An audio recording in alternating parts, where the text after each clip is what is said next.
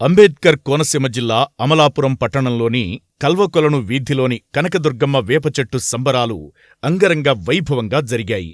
వందల సంవత్సరాల క్రితం ప్రారంభమైన ఈ ఉత్సవాలను తరతరాలుగా నిర్వహిస్తున్నారు. ఆడపడుచుల సంబరంగా జరిగే ఈ ఉత్సవాలను తిలకించేందుకు వేల సంఖ్యలో భక్తులు తరలివచ్చారు. ఆలయ అభివృద్ధి కమిటీ ఆధ్వర్యంలో ఆలయాన్ని సర్వాంగ సుందరంగా తీర్చిదిద్దారు.